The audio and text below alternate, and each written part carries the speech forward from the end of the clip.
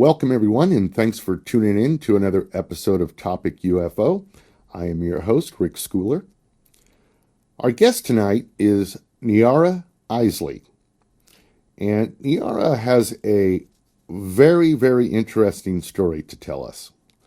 She has a book that just came out, I believe, November 11th of this year, entitled Facing the Shadow, Embracing the Light, a journey of spirit retrieval and awakening.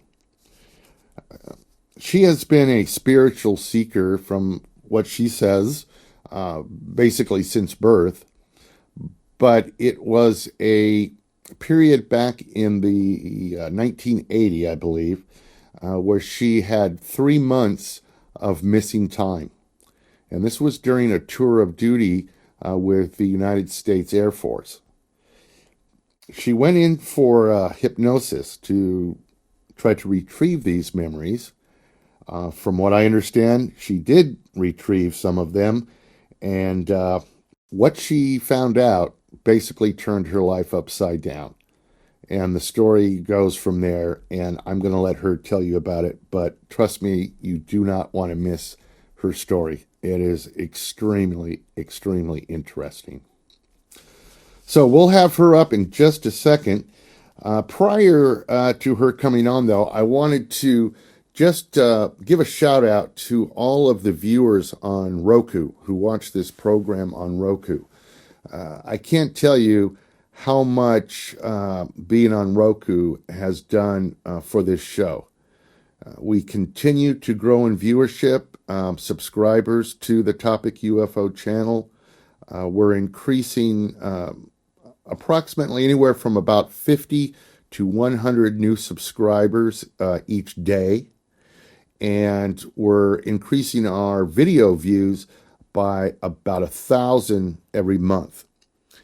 Now, we just went public on Roku in May of this year, so I think after the beginning of the year, it's really going to start picking up because I'm sure there's going to be a lot of people getting Rokus for Christmas.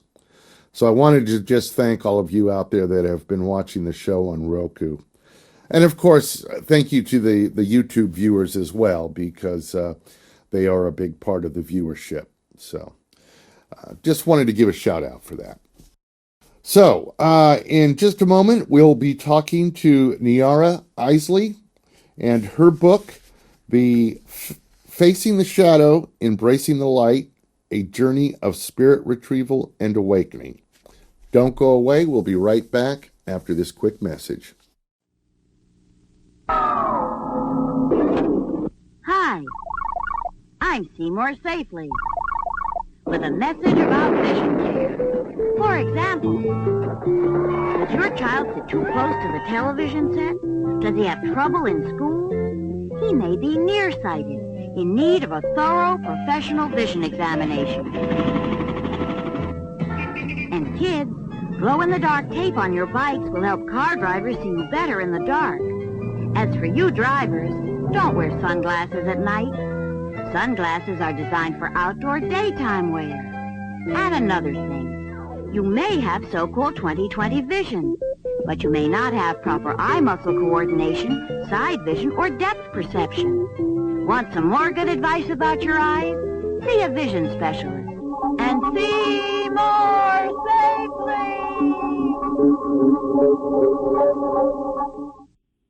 Well, welcome back, everyone. At this time, I'd like to go ahead and introduce Miss Niara Isley. She is joining us via phone tonight. Niara, are you out there, ma'am? Yes, I am. Thank you. So, Niara, thanks so much for taking the time to talk with us tonight. And, of course, congratulations on your new book. Yeah, thank you so much. I really appreciate it, and I appreciate you having me on. So Niara, we did have a chance to talk for just a few minutes a couple of nights ago, and I just got a brief overview of your story, and just from that brief piece, I found it extremely amazing. Does your story pretty much center from the 3-month block of missing time that you experienced in 1980?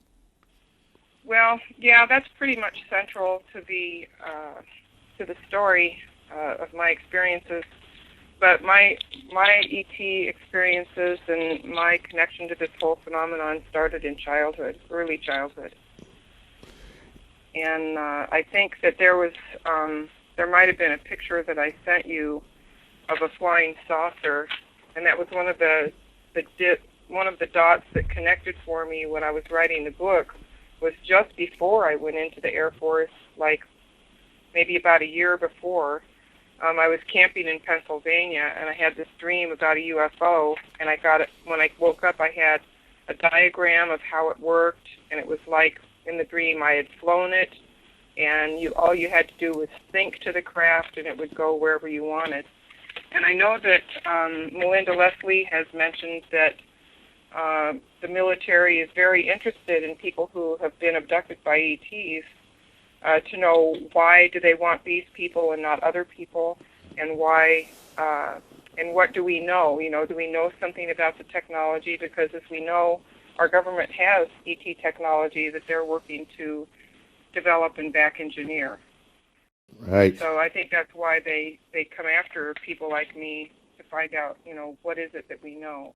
So you had ET experiences throughout your childhood, and then you signed up for a tour of duty with the United States Air Force. Mm-hmm. And in 1980, for some reason, you experience a 3-month block of missing time. And you didn't realize that you had this block of missing time until when? Well, I had a friend who we were having talks about all kinds of spiritual things and UFOs and ETs and, all kinds of esoteric, paranormal types of things. And he knew I'd been in the military, and I guess he would ask me about it from time to time, and I'd kind of skate away from the subject. I'd just kind of give a quick answer and then would try to turn the conversation someplace else. And he thought that was kind of odd because I was so open talking about everything else. He thought it was kind of strange that I kind of would skate away from the subject of the military. And so one day afternoon he sat me down and he said, "Tell me about your military time from beginning to end." And I said, "Sure, no problem." And so I started saying, okay, went into Lackland Air Force Base in April of '79. I was there for boot camp. Then I went to Keesler Air Force Base for technical training school. And then I went home actually for Thanksgiving and Christmas. And then I reported to my duty station at Nellis Air Force Base, and I went to work at Tonopah. And then when I said Tonopah, I realized I couldn't remember anything about working there. And I couldn't remember coworkers. I couldn't remember what I did. I couldn't remember the facility I worked at. I've since remembered some of it without hypnosis, but it was really scary. And with the realization I couldn't remember came this big wave of nausea. And I didn't actually get sick to my stomach, but I felt like I was going to get sick to my stomach. And that really scared me. Now, where is this? Yeah. I'm sorry. Where is No. Tonopah? Where is Tonopah? Tonopah is in Nevada, and it's kind of the town of Tonopah actually sits,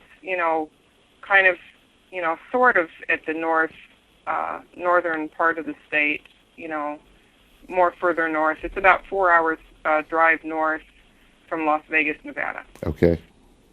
And so we stayed in the town of Tonopah in motels that, the Air Force contracted to have a place to live while we were working up there.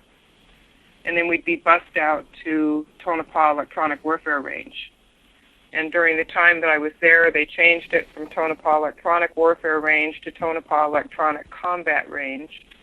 And what we did up there was we trained pilots to fly against radar to increase their survivability flying against radar in wartime situations. Mm. And then, now that was around 1980.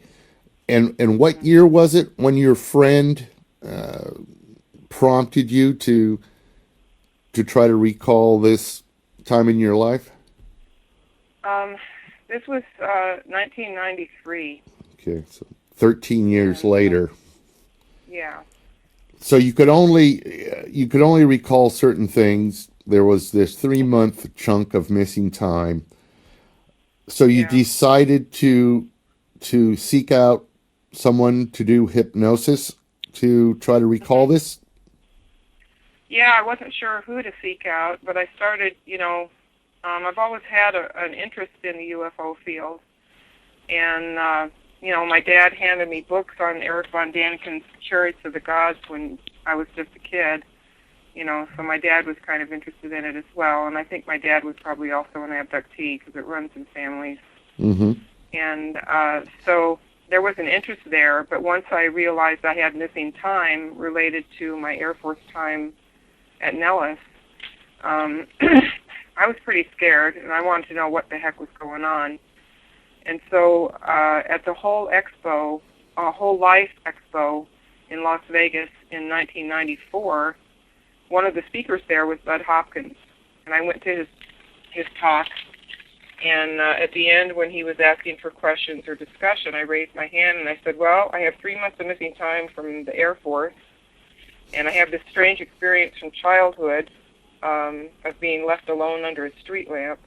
And I named a couple other experiences that I'd had. And he said, talk to me after we're done here. And so I did, and privately, he asked if I would like to have hypnosis to try to find out what happened to me, and I said, yes, I would, because I'm very concerned about not being able to remember because I have such a good memory. And so we did hypnosis that night, and I got a chunk of that time back. And Bud actually tried to lead me away from what I was reporting under hypnosis because he didn't want anybody to be able to come back and say that he led me into remembering things that were false. Right. And so he actually would make, kind of off-the-wall comments to say, well, was it something like this or something like this? And in every case, I went right back to what I was experiencing under hypnosis. Now, some of these things that came out of hypnosis were beyond strange, right? Yeah, they were really terrifying. Can you give us a little taste of what happened? Sure. Or what you were able to recall? Sure. Yeah, and it's in my book, and my hypnosis transcripts of Bud are not in the book because the quality of the recording was really, really bad when I got a copy of it. Oh. So I did hypnosis with Gloria Hawker, and those transcripts are in there, and they relate my experiences in much more detail. But my experiences were under hypnosis. I was, he said, well, it's January of 1980, and you're at work out on the Nevada test site, and where are you at? What are you seeing? And I said, well, I'm standing on the deck of the radar van, and I'm looking up into the night sky, and there are saucers floating up there. And there's quite a few, and I don't really know exactly how many. I didn't count them. My attention was riveted on the closest one that I could see in the best detail. And it was kind of floating out in the sky fairly high beyond the radar dish away from the radar van. And, it was just kind of floating up there, a little wobble in it, and it was glowing orange on the bottom. And I was just looking at it, and I can describe it. It was, in the orange glow on the bottom, it was almost like the metal on the bottom was translucent, and this orange light was shining through this translucent metal. It was very smooth. There was a round circular feature in the center of the bottom of it. And the edges were not sharp. They were kind of rounded at the saucer edge. And it was making kind of a low, staticky sort of hum, like speakers at a rock concert when they're turned on, but no music is coming through. Mm-hmm. So that's what I was hearing. And there were some officers or some people that I assumed were officers inside the radar van talking about the results of the test, and we could not track these things. They just moved too fast. And then we were put on a bus with painted over windows and taken to what I think was either Area 51 or the underground facility mentioned by William Pollack in his interview that he did with Stephen Greer, and that was released after William Pollack passed away. He didn't want it released while he was alive. So it could have been either that I was taken to Area 51, to a medical facility there, or I could have been taken to the Tonopah facility, to an underground location there. And then what happened after that, we were sat down in a waiting room, and I think I sent you a picture of this chair. Yeah. I worked, yeah. You have... I worked some. Mm-hmm. I'm sorry. Go ahead. I was just going to say, you seem to remember quite a bit of detail. I mean, right down to the type of fabric on these chairs, the type of tile on the floor. Yep. Mm-hmm. Amazing. Please go ahead. Yeah. I didn't mean to interrupt. No. Oh, no, that's fine. That's fine. And so that chair, the picture of the chair I sent you isn't one of the actual chairs, but it's exactly like it. I was working at a place where they had these exact same chairs that we were told to sit in, and so I took a picture of the chair for posterity, because it was exactly the same kind of chair that we were asked, or we were told to sit down, and we weren't asked. We were ordered around. And in the hypnosis with Gloria Hawker, I found out that we were under guard with guns the whole time. So I'm sitting and it's waiting. Yeah, go ahead. Okay, I just want to make sure that I'm following this. So, so the objects, the UFOs that you saw, were, as far as you know, were not U.S. military. They were alien in nature, correct? Well, in the very beginning, when I started, getting my memory back, I thought they had to be E.T. because of the way they looked. And I still kind of think that most of them were E.T. craft. But now I think that our government has by 1980, they may have had some success in back engineering some of these crafts. So some of the ones in the sky may have also been back engineered crafts. I see. So I can't say for sure. I didn't have a need to know that kind of information. But just my observation, I think mostly ET craft and maybe some back engineered craft. I see. So they bring you into this, waiting room of some sort or meeting room? You remember that part? Yeah. It was just like kind of a military facility sort of waiting room, nothing fancy, very utilitarian. And then one by one, they'd call our name and we'd go off in this little room to the side. And when people went in there, they didn't come out. And that was a big concern. Yeah. So when it was my turn, I'm like sitting there and I'm terrified because when you understand the classification system in the military and what is classified confidential, secret, top secret, or above top secret, you understand that that's really, proprietary information. Right. And the fact that I was seeing UFOs, or let's ditch the UFO term and just say I was seeing extraterrestrial spacecraft. And I was really scared by this because I only had a secret security clearance, and I'm thinking, what the heck is going to happen to me next? And being taken to the medical facility and then going into that little room to the side, it was all really, really scary. And so I went into the little room, and I was told to lay down on a stainless steel examining table. There was an armed security guard in there to keep an eye on me. I waited for a while, seemed like a very long time when you're laying there waiting scared. And then finally someone came in a white lab coat, and he said, "Stay calm," 3 times in a very deadpan voice. And then when he walked past the security guard up around the right side of the table where I was laying, and when he got up beside my head, he brought his hand up and injected me in the side of the neck with a hypodermic. And the chemical that was in it went straight to the brain, and it immediately put my body into shock because it just, I don't know, it was a very strange feeling. And the more it progressed, it felt like my body was turning to it felt like I was coming apart, like dissolving. And of course I wasn't, but the feeling was just very intense. Now, do you think that injection was the chemical that induced this missing time, or was it something else? I think it was something else. I think it was some kind of experimental thing Oh, that they just wanted to see what it would do. And I had an odd thought come around, and I'll just throw it out here. I have no idea if it's true or not, but I have wondered in the ensuing years. It seems like the government is really trying to keep a finger on everything that's going on in the world right now.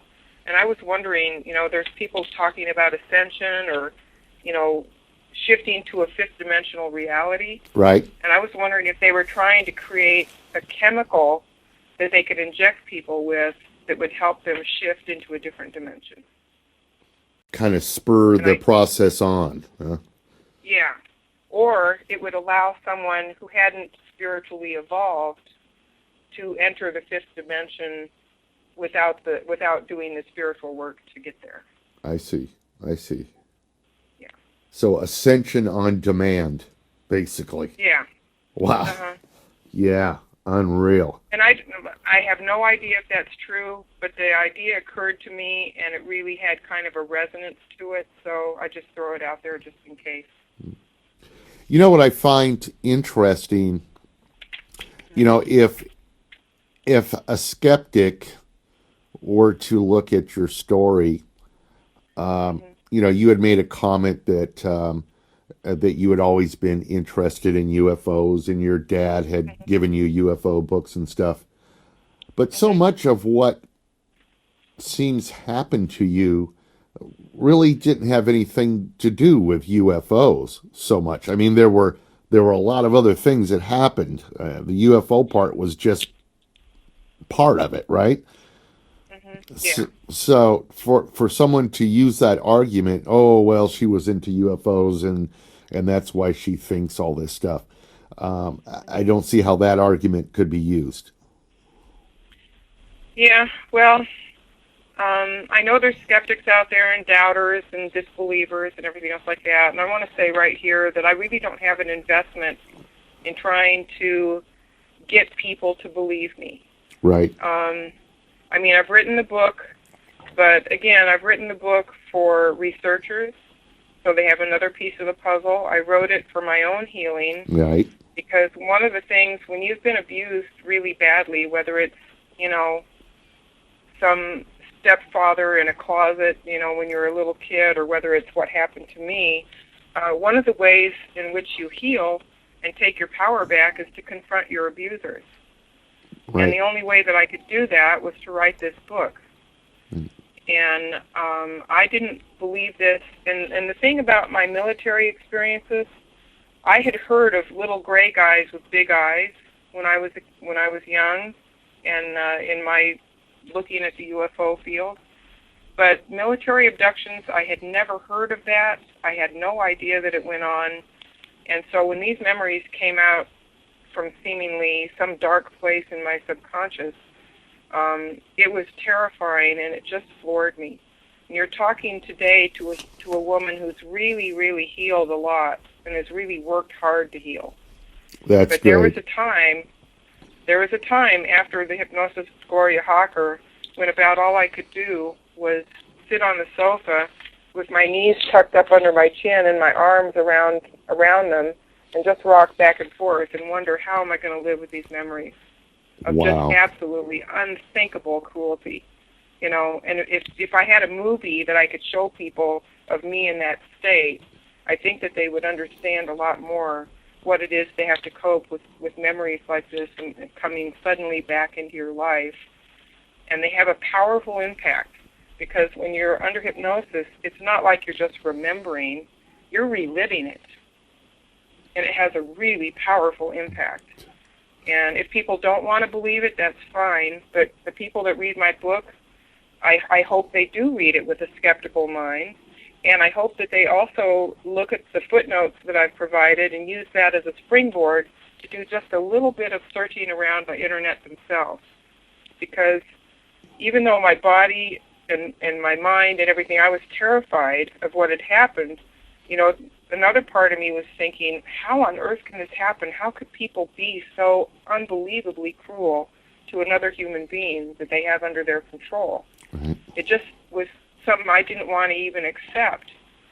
But the more I went out and researched and talked to people and talked to other researchers and experiencers who had had similar experiences, I found more correlating testimony with my own than not.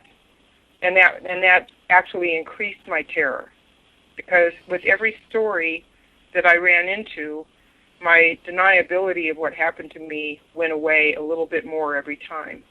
And I think one of the most terrifying things that I encountered was I went to a discussion group in Las Vegas where we all sat in a circle, and I was looking for details of other people's stories that would confirm my own, so I was kind of holding back my details. And when it came my turn to speak, and I said in the circle, I said, well, I had hypnosis with Bud Hopkins, and it seems like I was taken out in the middle of the night to test the radar on UFOs, and then I was taken to Area 51 where they did some kind of mind wipe procedure on me. And a guy across the circle said, did they stick you in the side of the neck with a needle too? Oh. And that was exactly what they had done, and I just got this terrible sinking and quicksand feeling. And when the group was done, I couldn't wait to get out of there. I just wanted to run away. And that's what I did. I just got in my car and drove away. Did anything, or can you remember anything, say, prior to or after this 3-month block of time that now looking back seems strange to you? Oh, yeah. Oh, There's really? A lot of things. Oh. Yeah. For one thing, and Bud brought this up too, and it was really a good point to bring up, I met my second husband during this time where my memory is very questionable. And he said that's really remarkable. He says usually when you meet somebody you're going to marry, you remember all kinds of details about falling in love and your first dates and Right. so on and so forth. And I couldn't remember hardly anything, and I still really can't. Wow. I've worked really hard to try to remember, and I remember a few things from that 3-month time period, but I had to really work to get it back. And I had to make what I call memory chain. So it's like, well, I don't remember anything, but I know that this person worked at Tonopah with me, who was also with me at Keesler Air Force Base. So I started thinking about that person, and that helped me kind of build a memory chain into other things, but nothing significant, So I remembered her, and then there was another coworker that I remembered from my duty station following Nellis Air Force Base, and remembering her helped me remember a few more things about working there. But that was the process I had to do. I had to look at what I remembered that I knew was part of my Tonopah time, and then try to use that to build a memory chain into more of what I experienced. And I got things about social events, but I didn't get stuff about work at the test site.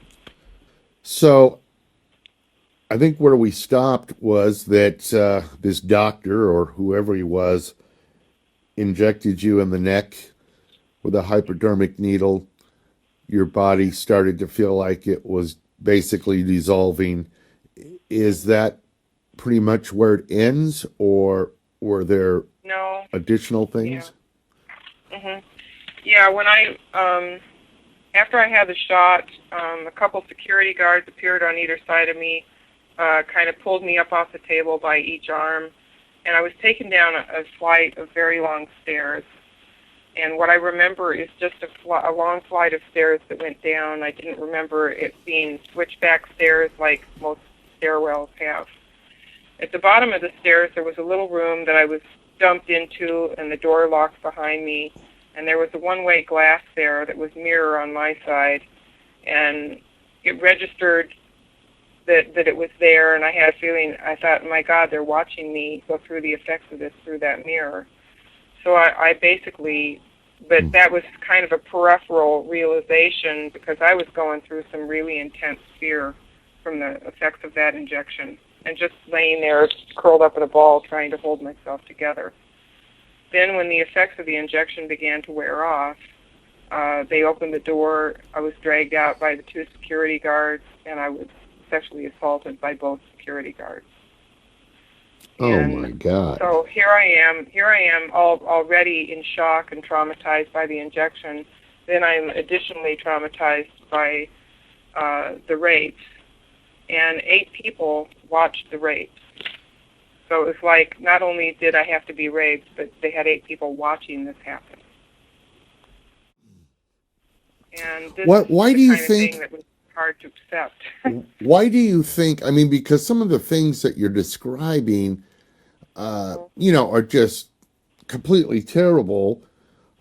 Yeah. Why do you think the the alien craft part of it, and then these unhuman acts that these people were doing to you, it seems like such a strange combination of things to happen to somebody, in a very short period of time.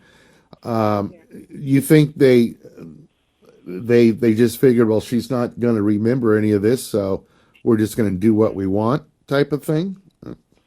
Well, it's more inflicting enough trauma on a person.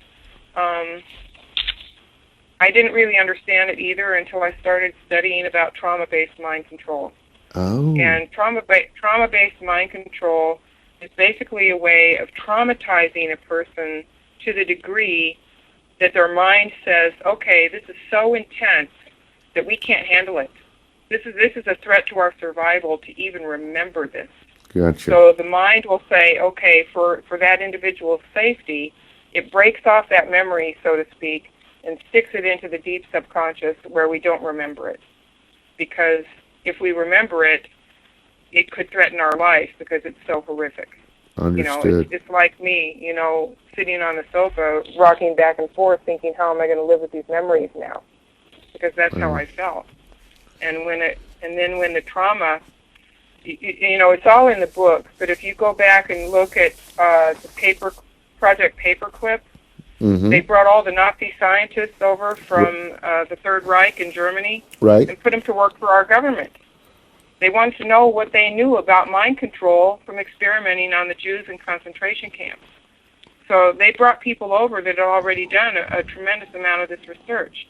And there are movies out there like Sybil, which stars Sally Field. It's a pretty old film now. Right. Where they talked about multiple personality disorder. Right. And that's basically the crux of it. So basically they take your own mental defense mechanisms that are meant to keep you safe and keep your reality intact, and they use those defense mechanisms of your own mind against you.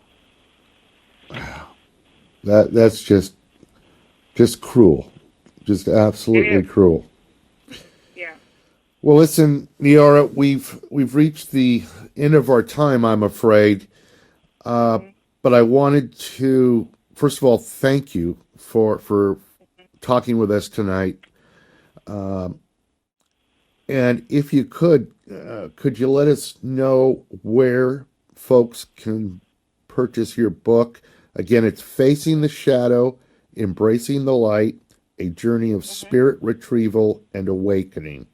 Where can they get it? They can go to my website. I have a website called www.facingtheshadowembracingthelight.com, and there's information there about how to order books. Okay. You can order a signed copy from me, or you can order a copy directly from my Create Space storefront. Okay. And there's a tremendous amount of information in the book, not just about my experiences, but about what it took to heal in a society that doesn't want to even look at this kind of stuff.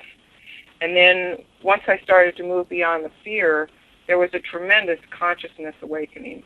and lots of insights and lots of wonderful things have come to me through processing these feelings and working with them over the last 14 years. So those insights and those awakenings I feel are very, very important to share with the world. Very good. Very good. I hope that the book helps in some small way to make a better world for all of us and our children and our next generation. Well, I'm sure it will help some. That's for sure. Mm-hmm. Yeah. Now, do you have other locations on the web where people can either contact you, or are you on Facebook or anything like that? Yeah. My Facebook page is Niara Isley. Okay. If you just look up Niara Isley or Niara Isley, you should find me. Okay. Excellent. And right now I have a nice picture up of me with Bob Dean, Sergeant Major Robert Dean. Yes. Yes, I saw that. I saw that. Okay. Yeah. All right. Well, listen, Niara, thanks again. I really appreciate it. I'm sure you'll just continue to get better and better and help more and more people. I'm sure this book was quite an undertaking for you, and like you said, it just helps in so many different ways for both yourself and other people. It's just a great thing. So, thanks again. Thank you. And let's stay in touch and, keep us updated on your progress. Okay, great. Thank you very much, Rick, for having me on. Oh, you're most welcome. You have a good evening. All right, you too. Okay, good night. Good night. Good night, everyone.